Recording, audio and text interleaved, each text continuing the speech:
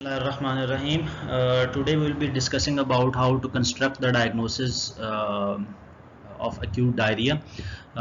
Initially, in previous lectures, we have discussed about how to approach someone presenting with acute diarrhea, how to take history, how to do examination, and how to pick the findings in examination. Now, based on what you have taken the history and examination, we will try to construct the diagnosis, inshallah.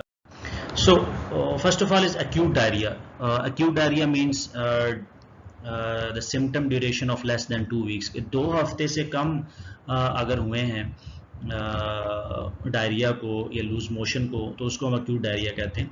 Acute diarrhoea के अंदर आपको high risk features का पता होना ज़रूरी है कि what are the high risk features. बस इट्स अ सिंपल अप्रोच, उसमें कोई बहुत ज़्यादा रॉकेट साइंस नहीं है।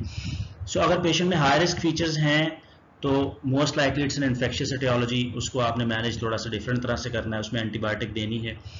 अगर हाई रिस्क फीचर्स नहीं हैं तो इन्फेक्शियस भी हो सकता है, नॉन इन्फेक्शियस भी हो सकता है, तो उसकी वो यूजुअली सेल्फ लिमिटिंग होता है, उसमें आपने सिर्फ और सिर्फ सिम्टोमेटिक केयर प्रोवाइड करनी होती है।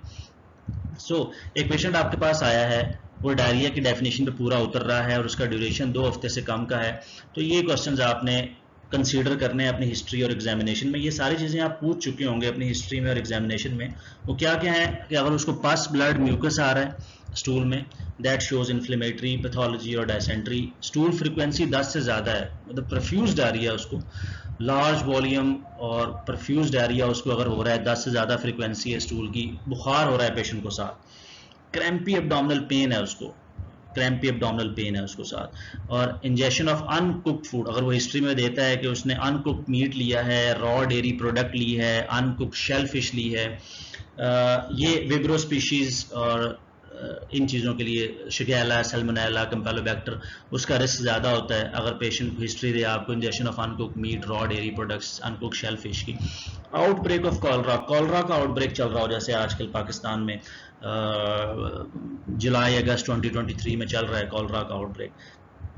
फाउल स्मेलिंग फैटी स्टूल्स आ रहे हो पेशेंट को, माल अब्जॉर्प्शन के फीचर्स आ रहे हो, या रीसेंट एंटीबायोटिक यूज़ की पेशेंट हिस्ट्री दे इन प्रीवियस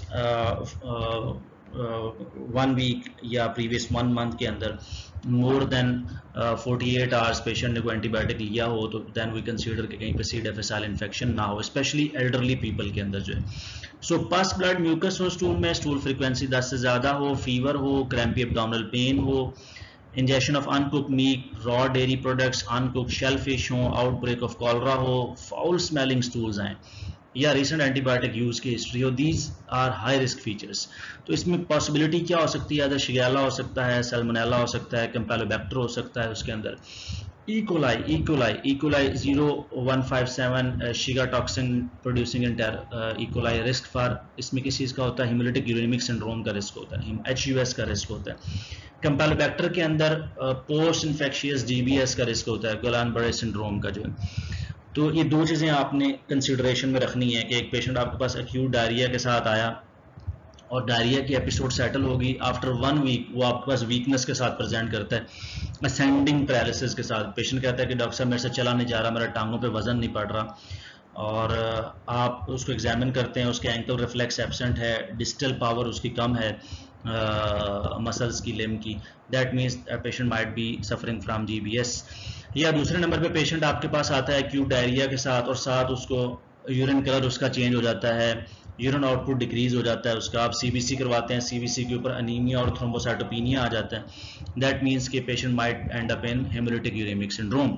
सो ये दो चीज़ें एक्यूट डायरिया में आपने जहन में रखनी है अगर इस तरह की कंप्लेंट पेशेंट बाद में करता है आपको।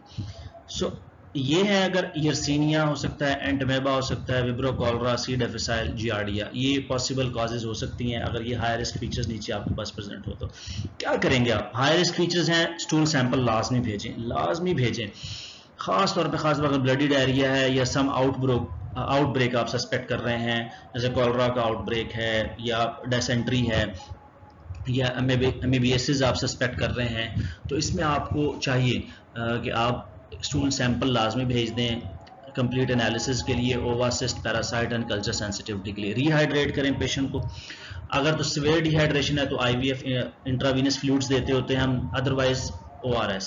माइल्ड मॉडरेट डिहाइड्रेशन में हम ORS इंकरेज करते हैं, सुवेयर डिहाइड्रेशन के अंदर हम आईवी फ्लूइड्स देते होते हैं। तो IV fluids is fluid of choice is Ringer lactate देना है 300 ml के बोलसेस में दें और साथ री एवेल्युएट करते जाएं टिल द पेशेंट अचीव्स यूविलीमिया। उसके बाद फिर पेशेंट को आप ORS पे शिफ्ट कर दें। प्रोबायोटिक्स ऐड करते हैं, एनफ्लोर आप ऐड कर दें बीडी में फॉर 3 to 7 days। रेसिडो साशे आप ऐड कर दें, दैट इज एंटी डायरियल, ये आप सुबह शाम दे सकते हैं 3 to 7 days के लिए। देन एंटीबायोटिक्स आपने देखना होता है depending upon the underline cause. अगर आप Shigella, Salmonella, Campylobacter, E coli, Yersinia suspect कर रहे हैं तो आप सिप्रोफ्लॉक्सासिन ऐड करेंगे 500 मिलीग्राम बीडी फॉर 3 days। अगर आप कॉलरा सस्पेक्ट कर रहे हैं, यर्सीनिया सस्पेक्ट कर रहे हैं तो Vibramycin is also another alternate option, वो भी दे सकते हैं। ये 3 कैप्सूल आप स्टैट में भी दे सकते हैं या बीडी में 3 दिन के लिए दे दें आप इसको। 3 कैप्सूल 100 मिलीग्राम के स्टैट में भी देते हैं कॉलरा में, या बीडी में 3 दिन के लिए भी दे सकते हैं।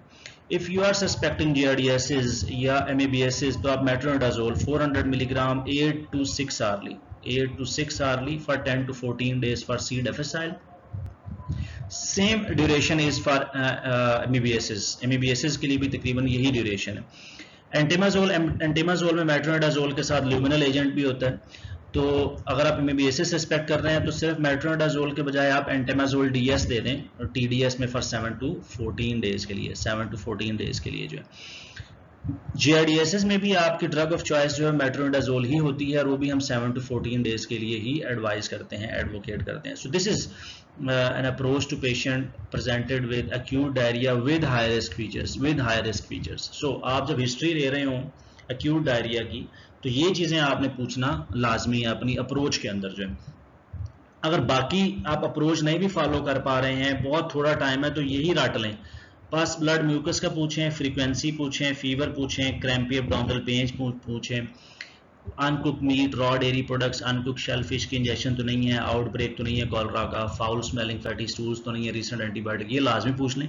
और साथ कोमॉर्बिडिटीज़ लाजमी पूछें। अगर कोई middle age old age patient आता है कि वो concomitant diabetes, hypertension, ischemic heart disease तो नहीं है, क्योंकि वो मैनेज करना ज़्यादा ज़रूरी है। बाज़ औक़ात एक्यूट इलनेस इतनी ख़तरनाक नहीं होती, लेकिन कोमॉर्बिडिटीज़ ज़्यादा ख़तरनाक हो जाती हैं, फ्लेयर कर जाती हैं। जैसे CKD का पेशेंट है, एक्यूट डायरिया के साथ आ गया, that patient might end up in acute on chronic kidney disease. तो आपने उसको कंसीडर लाजमी करना है ताकि उसकी रिहाइड्रेशन आप प्रॉपरली करें उस पेशेंट की जो है। एक पेशेंट डायबिटिक है, आपके पास एक्यूट डायरिया में आया, वो ORS दे रहे हैं, आप उसको दे रहे हैं, that patient might end up in uncontrolled hyperglycaemia, uncontrolled diabetes mellitus. Hypertension का पेशेंट है, वो एंटी हाइपरटेंसिव ले रहा है, एक्यूट डायरिया के साथ आ गया, आपने उसकी एंटी हाइपरटेंसिव डाउन टाइट्रेट कर देनी है, उसकी डोज कम कर देनी है, ताकि ये ना हो कि वो हाइपरटेंशन में चला जाए या रीनल फेलियर में चला जाए वो पेशेंट जो है। तो comorbidities are very important aspect of patient management कि वो आपने लाजमी मैनेज करनी है, साथ उसको इग्नोर नहीं करना है, सिर्फ डायरिया को मैनेज नहीं करना है। So if high risk features are absent, what might be the underline cause? First of all is food poisoning. Food poisoning आपको पता है बग की वजह से नहीं होती, बल्कि ये एंटीजेंस जो बग सिक्रिएट करते हैं उसकी वजह से फूड पॉइजनिंग होती है। Most commonly staph aureus, bacillus cereus, clostridial species ये करवाती होती है। तो फूड पॉइजनिंग हो सकती है पेशेंट को। वायरल गैस्ट्रोएंटेराइटिस लाइक रोटा और Norwalk virus, travellers diarrhoea that is caused by E coli, drug induced diarrhoea, laxative है, सॉर्बिटोल है, एंटासिड्स वगैरह हैं, ये भी डायरिया करवा देते होते हैं। सो अगर हाई रिस्क फीचर्स नहीं है तो ये काजेज, ये एटियोलॉजीज हो सकती हैं। यूजुअली सेल्फ लिमिटिंग होता है डायरिया, इसके अंदर हाइड्रेशन अच्छी मेक श्योर करें आप पेशेंट की, ORS दें, योगर्ट एडवाइस करें उसको, योगर्ट की लस्सी बना के पिए पेशेंट जो है, लीमू पानी बना के पी ले, प्रोबायोटिक्स ऐड कर दें जैसे हमने ऊपर मेंशन किया था, एनफ्लोर साशे बीडी में दे दें उसको 3 to 7 days के लिए। मिल्क एंड मिल्क प्रोडक्ट्स हम एडवाइस करते होते हैं कि ये नहीं लेने डायरिया में आपने, ये हाई रिस्क फीचर्स हैं या नहीं है, दोनों हालतों में मिल्क एंड मिल्क प्रोडक्ट्स ना दें पेशेंट को, क्योंकि यूजुअली पेशेंट्स को to some extent secondary lactose intolerance होती है इसके अंदर, सेकेंडरी लैक्टेज डेफिशिएंसी की वजह से, तो दूध हजम नहीं कर पाते, उससे ब्लोटिंग होती है, डायरिया वर्स होता है। तो टेम्परेरली उसे कहें मिल्क ना ले। हाँ, दही दे सकते हैं, दही में चूंकि प्रोबायोटिक होता है तो वो आप लिमिटेड अमाउंट के अंदर उसको दे दें। हाइजीन प्रैक्टिस अच्छी करें, हैंड वॉश और बाकी सारा कुछ जो है, लैक्सेटिव स्टॉप कर दें अगर कोई ले रहा है, एंटासिड स्टॉप कर दें, या कोई कल्परेट ड्रग आपको मिलती है जो कि डायरिया करवा सकती है वो बंद करवा दें। फूड पॉइजनिंग सेल्फ लिमिटिंग होती है, यूजुअली 36 आवर्स के अंदर पेशेंट जो है वो बेहतर हो जाता है, आपने सिर्फ सिम्टोमेटिक कंट्रोल करना होता है उसको। वायरल गैस्ट्रोएंटराइटिस भी 3 to 7 डेज के अंदर बेहतर हो जाता है। तो ओनली रिस्क इज डिहाइड्रेशन, इसके अंदर डिहाइड्रेशन का रिस्क बहुत ज़्यादा होता है। तो आपने हाइड्रेशन स्टेटस को लाजमी देखना है कि रिहाइड्रेट पेशेंट प्रॉपरली होता रहे, जितना उसका आउटपुट है उसको मैच करते जाएं आप इनटेक से। अगर ओरल नहीं ले पाते तो फिर आईवी हाइड्रेशन में आईवी फ्लूइड्स आप दे दें, हाइड्रेशन मेंटेन कर। ट्रैवलर्स डायरिया ये भी सेल्फ लिमिटिंग होता है, इकोलाई की वजह से होता है, लेकिन बाज़ औक़ात हमें एंटीबायोटिक इसमें देनी पड़ जाती है। The drug of choice is ciprofloxacin, आप 500 मिलीग्राम 3 दिन के लिए दे दें इसके अंदर जो है। तो ड्रग इंड्यूस के अंदर आपने सिर्फ कल्प्रेट ड्रग को बंद कर देना है। तो this is acute diarrhoea, this is very simple approach. तो मेक श्योर सिर्फ एक टेक होम मैसेज है कि हाई रिस्क फीचर्स मिस ना हो आपकी हिस्ट्री में, ताकि कोई पेशेंट इस तरह का है जिसको ज़रूरत है एंटीबायोटिक की, वो रह ना जाए। और किसी पेशेंट को अननेसेसरी एंटीबायोटिक नहीं लिख के दें। एक पेशेंट में हाई रिस्क फीचर्स नहीं है, सिर्फ डायरिया है, उसको नहीं एंटीबायोटिक दें, that will complicate the things sometimes. So what is chronic diarrhea now? Chronic diarrhea ये थोड़ा सा आप ये कह लें कि ट्रिकी एस्पेक्ट है डायरिया की अप्रोच में और मैनेजमेंट में। Acute diarrhoea is very easy to manage. Chronic diarrhoea के अंदर थोड़ी सी मुश्किल होती है कि आपने डायग्नोसिस बनाना होता है कि पेशेंट को अंडरलाइन काज क्या है। There is a whole spectrum of differentials in chronic diarrhea. First and foremost goal of approaching patient with chronic diarrhea is differentiating organic from functional cause. तो सबसे पहला गोल हमारा जो क्रॉनिक डायरिया की management का होता है वो ये होता है कि हमने ऑर्गेनिक और फंक्शनल काज को डिफरेंशिएट करना है। Same case with chronic abdominal pain, जैसे हमने क्रॉनिक एब्डोमिनल पेन में डिस्कस किया था, उसमें भी हमने देखना है कि whether it's an organic pain और फंक्शनल पेन। इसी तरह यहाँ पे हमने देखना है कि whether it's a functional cause और ऑर्गेनिक काज। तो इंपॉर्टेंट पॉइंटर्स जो डिफरेंशिएट करते हैं ऑर्गेनिक काज को हिस्ट्री और फिजिकल एग्जामिनेशन के अंदर, HNP's history and physical examination, वो भी ऑलमोस्ट मिलते जुलते हैं जो क्रॉनिक एब्डोमिनल पेन में डिस्कस किए थे। एल्डरली पेशेंट हैं और न्यू ऑनसेट डायरिया है and it exceeds the duration of 4 weeks, तो ये हम इसको ऑर्गेनिक काज ही कंसीडर करते हैं। If diarrhoea wakes patient from sleep, अगर मरीज उठ जाता है हाजत से, डायरिया की वजह से, लूज मोशन की हाजत से, तो that is that shows our underlying organic cause, that is a red flag sign. If the diarrhea worsen with particular food, अगर कोई ख़ास किस्म का खाना डायरिया को वर्स कर देता है, जैसे मिल्क है, वीट है, तो that is again a culprit, that shows underlying culprit cause or organic cause. Frequent and large volume stools causing dehydration, अगर बार बार उसको ज़्यादा मिकदार में, बड़ी मिकदार में पखाने आ रहे हैं और पेशेंट डिहाइड्रेट भी हो रहा है इस वजह से, that again shows underlying organic cause that needs to be addressed immediately on emergent basis. If the stool contains pus, blood or fat, अगर pus और blood है that shows inflammatory cause, अगर fat आ रही है that shows malabsorptive cause, तो ये भी organic काज को शो करते हैं। प्रेजेंस ऑफ जनरल सिम्टम्स, अगर साथ जनरल सिम्टम्स आ जाए लेकिन फीवर है, एनोरेक्सिया है, वेट लॉस है, रैश आ जाता है बॉडी पे, बोन पेन्स आ जाती हैं, लिम्फेडिनोपैथी आ जाती है, that shows underlying organic cause. Intestinal tuberculosis हो सकती है, लिम्फोमा हो सकता है, विपल्स डिजीज हो सकती है उस पेशेंट को, IBD हो सकता है उस पेशेंट को, इन्फ्लेमेटरी बाउल डिजीज हो सकती है। तो जनरल सिम्टम्स भी आपको एक क्लू देते हैं कि ऑर्गेनिक है या फंक्शनल काज है। पॉजिटिव ड्रग हिस्ट्री, आपको ड्रग हिस्ट्री में मिल जाता है, क्रॉनिक लैक्सेटिव अब्यूज़ मिलता है, एंटासिड अब्यूज़ मिलता है। यूजली एथलीट्स हैं या यूजली आजकल की यंग जनरेशन गम्स का यूज़ बहुत करती है, गम्स चबाने की आदत है उसको बार बार, दैट बड़ी हाई अमाउंट में सॉर्बिटोल इंजेस्ट कर रहा है, that might be culprit cause of chronic diarrhoea. Acarbose orlistat drugs में इनमें से कोई चीज़ ले रहा है। Acarbose is a anti diabetic drug, orlistat is used for treatment of obesity. तो ये आपने लाजमी देखना है। टॉक्सिन और ऑक्यूपेशनल एक्सपोजर, ऑर्गेनोफॉस्फेट, लाइक बहुत सारे फार्मर्स हमारे पास आते हैं जो कहते हैं कि जी अभी स्प्रे का सीज़न चल रहा है, स्प्रे छिड़क रहे हैं और उसके साथ डायरिया चल रहा है, चूँकि वो टू सम एक्सटेंट वो ऑर्गेनोफॉस्फेट्स क्योंकि स्किन से भी अब्जॉर्ब हो जाते हैं, इनहेल भी हो जाते होते हैं, वो थोड़ा बहुत चूँकि हाथ नहीं धोते हैं, धोने के बाद खाना खा लेते हैं तो इंजेस्ट भी हो जाता है किसी हद तक। ऑर्गेनोफॉस्फेट आपको पता है कि लूज मोशन करवाते हैं। कनेक्टिव टिश्यू डिसऑर्डर्स अगर आ जाएँ, इंटेरोपैथिक आर्थराइटिस है IBD के अंदर, ये भी करवा देता होता है। एंडोक्राइनोपैथीज लाइक डायबिटीज, एडिसन्स, हाइपरथायराइडिज्म, ये हाइपर डेफिकेशन भी करवाते हैं, डायरिया भी करवा देते हैं। ट्रैवल की हिस्ट्री अगर एक पेशेंट की, आपने ट्रैवल जैसे हमने अप्रोच में डिस्कस किया था, ट्रैवल की हिस्ट्री बहुत डिटेल में लेनी है आपने कि कहाँ पे ठहरा था पेशेंट, पानी वहाँ पे किस तरह से पिया था उसने, कौन सा पानी पिया था, बाहर फेरी से या अनहाइजेनिक नॉन हाइजेनिक डाइटरी उसकी हैबिट्स तो नहीं रही हैं वहाँ पे जो है, सेक्सुअल प्रैक्टिसेस कैसी रही हैं उस पेशेंट की जो है। तो ये चीज़ें आपको जियार्डियासिस और HIV इंटेरोपैथी की तरफ गाइड कर देती। TB कंटेक्ट की हिस्ट्री तो नहीं है, रॉ मिल्क एनिमल एक्सपोजर की हिस्ट्री तो नहीं है, ये सारी चीज़ें आपको ऑर्गेनिक काज की तरफ पॉइंट आउट करती हैं। दीज आर 10 और 11 फीचर्स जो आपने उसी अप्रोच में अपने जहन में रखने हैं कि एक पेशेंट 4 हफ्ते से लंबे ड्यूरेशन में आ गया है आपके पास डायरिया के साथ, तो अब आपने ये देखना है कि हिस्ट्री में अगर ये चीज़ें मिल जाती हैं तो इट्स एन ऑर्गेनिक काज। फिर हम एल्गोरिथमिक अप्रोच लगा के उसको एक डायग्नोसिस पे लेके आएंगे। पहले तो आपने ये डिफाइन करना है कि ये फंक्शनल काज है या ऑर्गेनिक काज है। सो क्रोनिक डायरिया अब आपके पास आ गया है। This is very short algorithmic approach, तो ये आप इजीली याद भी कर सकते हैं और इसको अप्लाई भी कर सकते हैं। सो क्रोनिक डायरिया के अंदर आपने स्टूल एनालिसिस लाजमी भेज देना है, लाजमी। HNP में आप कहीं पे डिफरेंशियल बना भी लेते हैं, स्टूल एनालिसिस विद ऑस्मोलल गैप आपको चाहिए, विद ऑस्मोलल गैप आपको चाहिए उसके अंदर जो है। So based on the consistency it might be watery, it might be fatty, it might be inflammatory और it might be functional diarrhoea. 4 तरह के हो सकते हैं पेशेंट को डायरिया। वाटरी हो सकता है कि मरीज कहता है बिल्कुल पानी की तरह पखाने आते हैं डॉक्टर साहब मुझे, और 4 हफ्ते हो गए हैं, कभी बेहतर हो जाते हैं कभी तेज हो जाते हैं पखाने।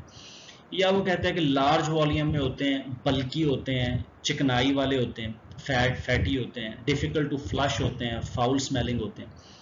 या वो कहता है कि डॉक्टर साहब मल्टीपल स्मॉल स्टूल्स आते हैं जिसमें थोड़ा बहुत रेशा भी होता है, कभी एक बार ब्लड भी आ जाता है, झाग भी होती है उसके अंदर से, या वो इनमें से कोई फीचर्स भी नहीं देते हैं। तो ये 4 एंटिटीज़ हो सकती हैं based on the composition of stools. तो अगर वाटरी डायरिया है, अगर वो फास्ट के साथ इंप्रूव होता है तो इट्स यूजुअली ऑस्मेटिक, अगर इंप्रूव नहीं होता तो वो सेक्रेटरी है। ऑस्मेटिक डायरिया की कॉमन सबसे ज़्यादा अहम जो इंपॉर्टेंट काज है वो ड्रग्स होती हैं, लैक्सेटिव्स है या मैग्नीशियम कंटेनिंग एंटासिड्स हैं या सॉर्बिटॉल कंटेनिंग च्युइंगम्स हैं, ये हैं तो कॉमनली ऑस्मेटिक डायरिया के साथ पेशेंट प्रेजेंट करता है। इंटॉलरेंस टू मिल्क और intolerance to wheat, lactose intolerance या सीलिक डिजीज, ये भी ऑस्मोटिक डायरिया करवा सकती हैं, वाटरी डायरिया करवा सकती हैं। फैटी स्टूल्स भी आ सकते हैं इनके अंदर और वाटरी स्टूल्स भी आ सकते हैं इनके अंदर, जो दोनों तरह से पेशेंट प्रेजेंट कर सकता है आपके पास जो। ना सेक्रेटरी डायरिया, इसमें यूजुअली सेक्रेटरी लैक्सेटिव्स जो हैं आपके पास जो वो सेक्रेटरी डायरिया करवाते हैं। अल्कोहल, ड्रग्स, टॉक्सिन्स, ये सेक्रेटरी डायरिया करवाते हैं। तो आपकी एनवायरमेंटल एक्सपोजर की, ड्रग्स की हिस्ट्री जो है वो बड़ी स्ट्रांग होनी चाहिए, आप बड़ी इसको दिक्कत से लेंगे अगर आप सेक्रेटरी का सोच रहे हैं तो। Bile acid diarrhoea, usually greenish colour के स्टूल्स आते हैं इसके अंदर। Sometimes people don't tolerate bile acids in their gut, तो उससे फिर बाइल एसिड डायरिया शुरू हो जाता है। इसकी भी अंडरलाइन काज इडियोपैथिक होती है, तो बाइल एसिड डायरिया हो सकता है। शॉर्ट गट सिंड्रोम, अगर प्रीवियस कोई सर्जरी हुई है इंटेस्टाइन की, रिसेक्शन एनास्टोमोसिस हुआ है कोई पेशेंट का, तो उसमें शॉर्ट गट सिंड्रोम हो सकता है, उसमें पेशेंट को डायरिया लग सकता है। बैक्टीरियल ओवरग्रोथ, बैक्टीरियल ओवरग्रोथ भी प्रीवियस सर्जरी की हिस्ट्री हो या कोई connective tissue disorders like scleroderma वगैरह है पेशेंट को, या कोई फीडिंग या जिनास्टमी वगैरह पेशेंट की हुई है तो वहाँ पर रिस्क होता है बैक्टीरियल ओवरग्रोथ का। या प्रलॉन्ग हिस्ट्री PPIs की हो, प्रोटॉन पंप इनहिबिटर्स अगर प्रलॉन्ग लंबी ड्यूरेशन से ले रहे हैं तो वो भी बैक्टीरियल ओवरग्रोथ कराता है। हार्मोन प्रोड्यूसिंग ट्यूमर्स हैं, वाइपोमास हैं, ये भी सेक्रेटरी डायरिया करवाते हैं, but they are very rare, common नहीं है, ये कॉमन नहीं। एडिसन्स डिजीज में समटाइम्स सेक्रेटरी डायरिया हो सकता है, एडिसन्स डिजीज में सेक्रेटरी डायरिया हो सकता है। तो अगर आपने क्रॉनिक डायरिया को अप्रोच कर रहे हैं, वाटरी है पेशेंट को, आपने ऑस्मोलल गैप भी देख लिया है, यू आर सस्पेक्टिंग सेक्रेटरी काज, तो पहले नंबर पे तो लैक्सेटिव्स को देखें कि लैक्सेटिव तो नहीं ले रहा था पेशेंट किसी भी शक्ल में। मेडिसिनल भी ले सकता है या एक्सीडेंटली भी ले सकता है patient laxatives. Alcohol, drugs, toxins तो नहीं है, बाइल एसिड तो नहीं है डायरिया, वो भी आपको अंदाजा हो जाएगा स्टूल एनालिसिस पे अगर उसमें बाइल एसिड आ रहा हुआ तो। शॉर्ट गट सिंड्रोम, हिस्ट्री तो नहीं दे रहा सर्जरी की प्रीवियस जो है। बैक्टीरियल ओवरग्रोथ को प्रीवियस PPI की हिस्ट्री तो नहीं है उस पेशेंट की, या स्क्लेरोडर्मा तो नहीं है पेशेंट को, ये आप हिस्ट्री में पूछ लेंगे। हार्मोन प्रोड्यूसिंग ट्यूमर्स, अगर आपको ऊपर में से कुछ भी नहीं मिलता है फिर आपने लास्ट 2 काजेस को देखना है कि या हार्मोन प्रोड्यूसिंग ट्यूमर्स हैं या एडिसन्स हो सकते हैं। तो आप अगर आप एडिसन सस्पेक्ट कर रहे हैं तो ACTH स्टिमुलेशन टेस्ट करवा लें आप उस पेशेंट का जो है। और आप हार्मोन प्रोड्यूसिंग ट्यूमर सोच रहे हैं तो फिर आपने इसको मजीद सब क्लासीफाई करना है कि what might be the underlying cause, VIPomas हैं या और कोई काज हो सकती है। Usually refer such patient to the gastroenterologist, ये डोमेन से निकल जाता है जनरल प्रैक्टिस की या मेडिसिन प्रैक्टिस की। देन फैटी स्टूल्स, अगर आपके पास बल्की, स्मेली, फ्लोटिंग स्टूल, जैसे हमने कहा कि बहुत ज़्यादा फैटी हैं, बल्की हैं, फाउल स्मेलिंग हैं, डिफ़िकल्ट टू फ्लश हैं, फ्लोट करते हैं, तो ये फैटी स्टूल्स में आते हैं। That usually shows mall absorption. Mall absorption आप करेंगे स्टूल एनालिसिस में, अगेन आपको इसमें फ्री फैट मिल जाएगी, और जब आप स्टूल एनालिसिस भेजेंगे इस पेशेंट का तो उससे कंफर्म हो जाएगा कि माल अब्जॉर्प्शन है पेशेंट को। Commonest cause that needs to be rule out is the coeliac disease, very common cause and very underrated cause. तो चूँकि हम जो हमारी पॉपुलेशन है, हमारे लोग हैं, ये गंदम खाने वाले लोग हैं ज़्यादा, बहुत ऑलमोस्ट सारी पॉपुलेशन गंदम खाती, तो यहाँ पे बाकी पॉपुलेशंस की निस्बत इंसिडेंस काफ़ी हाई है, प्रेवलेंस काफ़ी ज़्यादा है सेलिक की, और ये एक्सेप्ट करना हमारी पब्लिक के लिए भी बड़ा मुश्किल होता है कि उनको गंदम से मसला हो रहा है। तो यूजुअली आपको बड़ी दिक्कत के साथ हिस्ट्री लेनी पड़ती है, लोग बताते नहीं हैं, और बाज़ इतना क्लियर कोरिलेशन भी नहीं मिल रहा होता, जो कि सुबह दोपहर शाम खा रहे होते हैं, हर टाइम गंदम खा रहे हैं किसी ना किसी शक्ल में, ब्रेड की शक्ल में ले रहे हैं, बेकरी आइटम, फास्ट फूड, रोटी की शक्ल में, तो गंदम चल रही होती है, तो वो किसी एक इंसिडेंस को कोरिलेट नहीं कर पाते कि वाकई गंदम खाने के बाद मुझे होता है। तो आपने अपना इंडेक्स ऑफ सस्पिशन बड़ा हाई रखना है कि आप को अगर नहीं भी मिलता कोई डायरेक्ट कोरिलेशन वीट के साथ, फिर भी आप सस्पेक्ट करें और उसको इन्वेस्टिगेट कर लें सीलेक को। लैक्टोज इंटॉलरेंस, ये बहुत क्लियर कोरिलेशन देता है पेशेंट के, डॉक्टर साहब दूध पीने से मसला होता है, दूध पीता हूँ पेट में ब्लोटिंग शुरू हो जाती है, मड़ोड़ उठना शुरू हो जाते हैं, मोशन लग जाते हैं मुझे। वीट का यूजुअली इतना नहीं मिलता, उसको फिर भी आपने अपना सस्पिशन हाई रख के इन्वेस्टिगेट कर लेना है, ये आपको मिल जाता होता है। जियार्डियासिस, ये बाजू का पेशेंट टाइमली एक्यूट डायरिया का अगर ट्रीट ना हो पाए तो giardiasis can present with chronic diarrhoea, इसमें माल अब्जॉर्प्टिव स्टूल्स आते हैं पेशेंट को, और पेशेंट 4-6 हफ्ते से इसको लेके चल रहा होता है। Chronic pancreatitis, yes, chronic pancreatitis can cause malabsorptive diarrhoea, लेकिन उसमें पेशेंट प्रेडोमिनेटली आपके पास recurrent attacks of abdominal pain के साथ आएगा, न्यू ऑनसेट डायबिटीज़ मेलाइटिस के साथ आ सकता है पेशेंट आपके पास। तो क्रॉनिक पेनक्रेटाइटिस में आप सीरम लाइपेज लेवल करवा लेंगे और सीटी एब्डोमेन पेनक्रेटिक प्रोटोकॉल, दो चीज़ें आपने सिर्फ करानी है, लाइपेज और सीटी एब्डोमेन करवाएंगे। क्रॉनिक लिवर डिजीज, यस, लो बाइल होने की वजह से भी क्रॉनिक डायरिया हो सकता है, माल अब्जॉर्प्टिव डायरिया हो सकता है। तो सीएलडी के पेशेंट्स भी आमतौर पे आपके पास फ्रीक्वेंटली प्रेजेंट करते हैं क्रॉनिक डायरिया के साथ। तो आप इसमें अल्ट्रासाउंड एब्डोमेन करवाएंगे सीएलडी को डॉक्यूमेंट करने के लिए कि सिरोसिस है, श्रंकन है लीवर या नहीं है, और एलएफटीज करवा लेंगे उस पेशेंट के, आप लाजमी वायरल मार्कर्स करवा लेंगे, इनिशियल स्क्रीनिंग आप कर लेंगे उसकी जो है ना। Whipple's disease, it's very again rare thing, बाकी सारी काजेज आप देख चुके हैं, या विपल के अपने स्पेसिफिक फीचर्स मिल जाते हैं आपको, तब आप इसको सोचेंगे। डायरिया है, साथ आर्थराइटिस, यूजुअली विपल्स के अंदर साथ आर्थराइटिस आता है, एंकल जॉइंट, नी जॉइंट्स, वेट बेरिंग जॉइंट इसमें इन्वॉल्व होते हैं, न्यूरोलॉजिकल डिस्फंक्शन आ जाता है साथ, न्यूरोसाइकेट्रिक सिम्टम्स आना शुरू होते हैं, एटेक्सिया आ जाता है, ट्रेमर्स आ जाते हैं, अल्टर्ड बिहेवियर आ जाता है पेशेंट का, लिम्फेडिनोपैथी आती है इसके अंदर। तो ये एसोसिएटेड फीचर्स इसमें पेशेंट के आते हैं विपल्स डिजीज में। अगर डायरिया के साथ इनमें से कोई एक चीज़ भी है तो आप सस्पेक्ट करें विपल्स को। इसमें अपर जी एंडोस्कोपी करनी होती है कंफर्म करने के लिए, हमने जो सेलेक को हम कंफर्म करते हैं upper GI endoscopy with small bowel biopsy के साथ, और साथ हम एंटी टीटीजी लेवल्स भिजवाते हैं, टिश्यू ट्रांसग्लूटामिनेज लेवल्स में, एंटी टिश्यू ट्रांसग्लूटामिनेज आईजीए लेवल्स। अब 25% पॉपुलेशन में आईजीए की डेफिशिएंसी भी होती है, तो आपने टोटल आईजीए लेवल्स भी करवाने हैं, टोटल आईजीए लेवल्स भी साथ भेजने हैं। देन कुछ ड्रग्स हैं जो माल अब्जॉर्प्शन करवा सकती हैं, तो ये भी आप ऊपर से चलेंगे, ड्रग्स की हिस्ट्री ले लेंगे आप जो है, वीट इंटॉलरेंस का पूछ भी लेंगे कि वीट के साथ इंटॉलरेंस तो नहीं है, नहीं भी है तो सस्पिशन हाई रखेंगे इन्वेस्टिगेट करने की अगर आपको माल अब्जॉर्प्टिव डायरिया मिलता है। मिल्क से इंटॉलरेंस पूछ लेंगे, जियार्डियासिस को कोई प्रीवियस ट्रैवल की हिस्ट्री, कोई चश्मों से पानी पिया हो या कहीं पे कैंपिंग की हो या इकट्ठी हॉस्टल में रहे हो, तो जियार्डियासिस भी सस्पेक्ट करेंगे, उसको ट्रीट कर देंगे आप जो। क्रॉनिक पेनक्रेटाइटिस अगर recurrent episodes of abdominal pen है, उसको न्यू ऑनसेट डायरिया है, उसको ये भी सस्पेक्ट करेंगे। सीएलडी अगर उसकी हिस्ट्री देता है पेशेंट, हिस्ट्री ऑफ जॉन्डस है, स्टिग्मेटा ऑफ सीएलडी मिल जाता है एग्जामिनेशन के ऊपर आपको। विपल्स अगर साथ ये एसोसिएटेड फीचर्स आते हैं आपके पास तो फिर आप विपल भी सस्पेक्ट करेंगे। So these are the differential diagnosis in case you found malabsorptive diarrhoea. So if you found pus, blood और म्यूकस इन द स्टूल, और स्टूल एनालिसिस के ऊपर भी ये कंफर्म हो जाता है, पस सेल्स आ जाते हैं, ब्लड आ जाता है, म्यूकस आ जाते हैं, तो then it's an inflammatory diarrhoea, फिर ये इन्फ्लेमेटरी डायरिया। इन्फ्लेमेटरी डायरिया में top of the list is inflammatory bowel disease, inflammatory bowel chronic diarrhoea के अंदर। इन्फेक्शियस बाउल डिजीज भी हो सकती है, इन्वेसिव इन्फेक्शंस भी करवा सकती हैं, बल्कि आप ये टॉप ऑफ द लिस्ट रखें।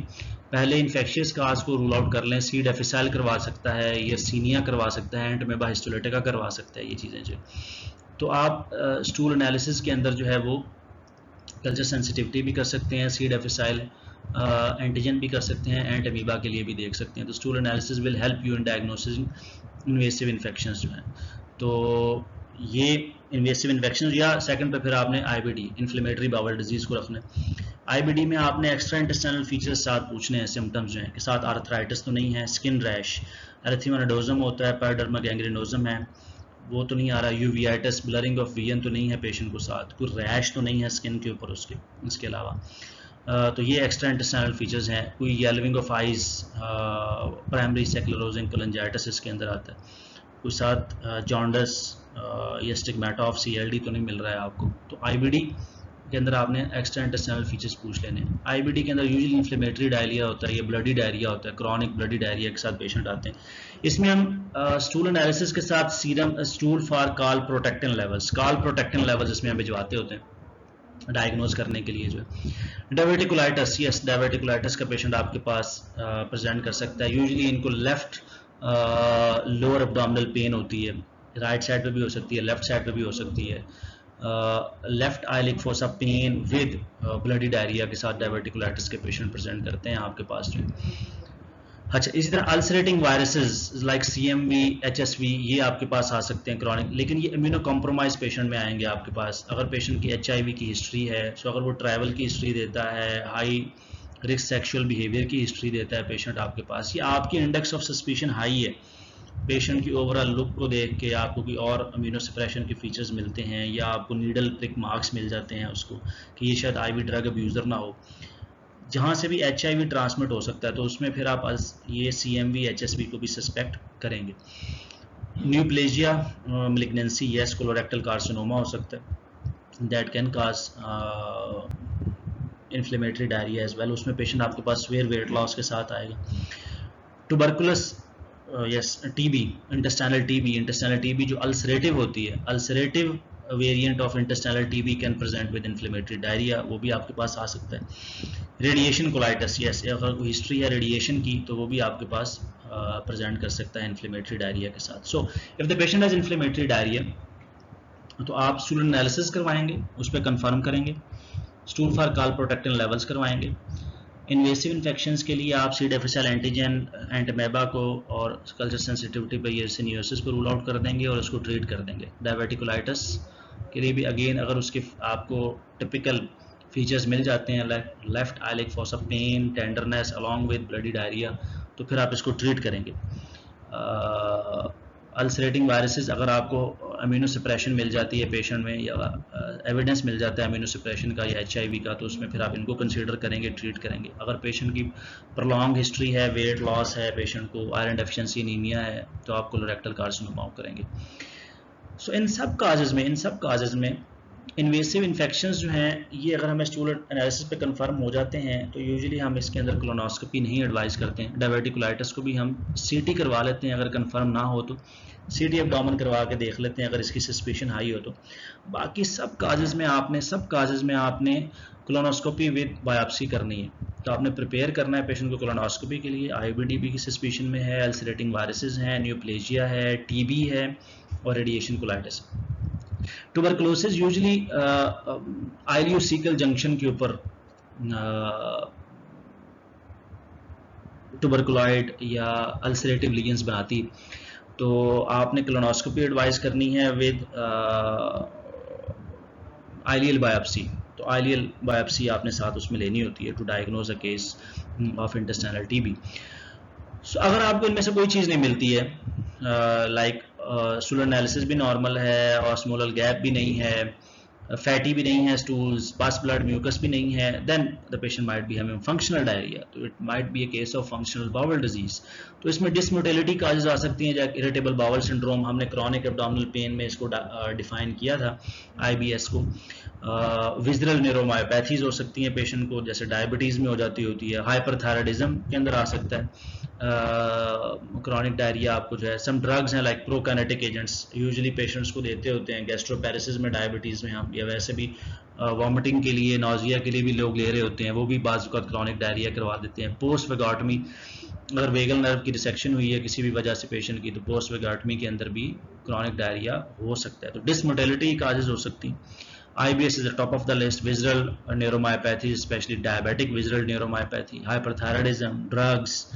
तो ये फिर आपने फंक्शनल काज के अंदर देखना है। फैक्टिशियस काज में मंचहाउसन सिंड्रोम हो सकता है, ईटिंग डिसऑर्डर्स हो सकते हैं आपके पास, है ना। तो फैक्टिशियस काजेज आपने सबसे एंड पे रखनी है, ये आपने टॉप ऑफ द लिस्ट नहीं रखनी क्रॉनिक डायरिया की अप्रोच के अंदर अपने। So the footnote is, any patient presented to you with chronic diarrhoea, आपने स्टूल एनालिसिस भेजना ही भेजना है विद अ स्मॉलर गैप उसका जो। Then based on your history आप उसकी फर्दर इन्वेस्टिगेशंस जो है वो टेलर करेंगे टू कंफर्म द डायग्नोसिस। लेकिन few things that you have to keep in mind, आपने ड्रग्स लाजमी पूछनी है, उसको रूल आउट करना है। Majority of the times culprit आपको ड्रग ही मिलती है कोई ना कोई जो है, वो आप लाजमी एक साइड पे करेंगे पूछ के डिटेल से, दिक्कत के साथ जो है।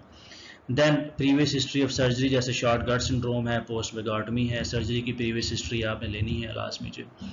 देन सेलिक और लैक्टोज इंटॉलरेंस की सस्पिशन बहुत हाई रखनी है आपने उस पेशेंट के अंदर। टीबी कंटेक्ट का लाजमी पूछना है, HIV एक्सपोजर का लाजमी पूछना है उस पेशेंट में आपने जो। तो ये चीज़ें टेक होम है कि ये आपने मिस नहीं करनी है, जो यूजुअली मिस हो जाती होती। देन इन्वेस्टिगेट कैसे करें, पेशेंट आपके पास आ गया, आपने HNP के ऊपर अपना एक डिफरेंशियल बना लिया कि मेरे नज़दीक इन्फ्लेमेटरी डायरिया है ये, और इन्फ्लेमेटरी डायरिया के अंदर मुझे ये एक या दो काजेज लग रही हैं, या ये सेक्रेटरी डायरिया लग रहा है मुझे, या ये माल अब्जॉर्प्टिव डायरिया लग रहा है मुझे। तो अब इसको इन्वेस्टिगेट कैसे करेंगे। एक्यूट डायरिया के अंदर तो अगर हाई रिस्क फीचर्स प्रेजेंट है, स्टूल एनालिसिस जैसे हमने एल्गोरिथम में भी डिस्कस किया, stool analysis, culture sensitivity with ova cyst and parasite भेज देंगे आप। अगर पेशेंट डिहाइड्रेटेड है या सेप्टिक लग रहा है आपको, CBC, RFTs, LFTs and serum electrolyte करवा लेंगे आप। Stool for C difficile antigen भिजवा देंगे अगर आप प्रीवियस हिस्ट्री ऑफ एंटीबायोटिक मिल जाती है आपको। दिस इज ओनली, ये सिर्फ है जो आपने करवाना है, इसके अलावा हम यूजुअली एडवाइज नहीं करते होते इन्वेस्टिगेशंस एक्यूट डायरिया के अंदर जो। क्रॉनिक डायरिया के अंदर अगर ऑर्गेनिक का सस्पेक्ट कर रहे हैं, आपको हाई रिस्क फीचर्स जो मिल गए हैं, जो 11 फीचर्स हमने देखे थे उसमें से कोई मिल जाता है, स्टूल एनालिसिस ये लाजमी करवाना है, हर सूरत में करवाना है आपने। इवन अगर आपको फंक्शनल काज भी लग रही है, स्टूल एनालिसिस लाजमी पहले एक दफ़ा करा लें, उसमें ऑस्मोलल गैप देखें, ओवा, सिस्ट एंड पैरासाइट्स देख लें आप जो। Stool for free fat, mall absorption को डॉक्यूमेंट करने के लिए अगर हिस्ट्री सजेस्टिव है, जैसे मैंने आपको बताया था कि some patients with malabsorption like gluten hypersensitivity और लैक्टोज इंटॉलरेंस, वो आपके पास ऑस्मोटिक डायरिया के साथ भी आ सकते हैं।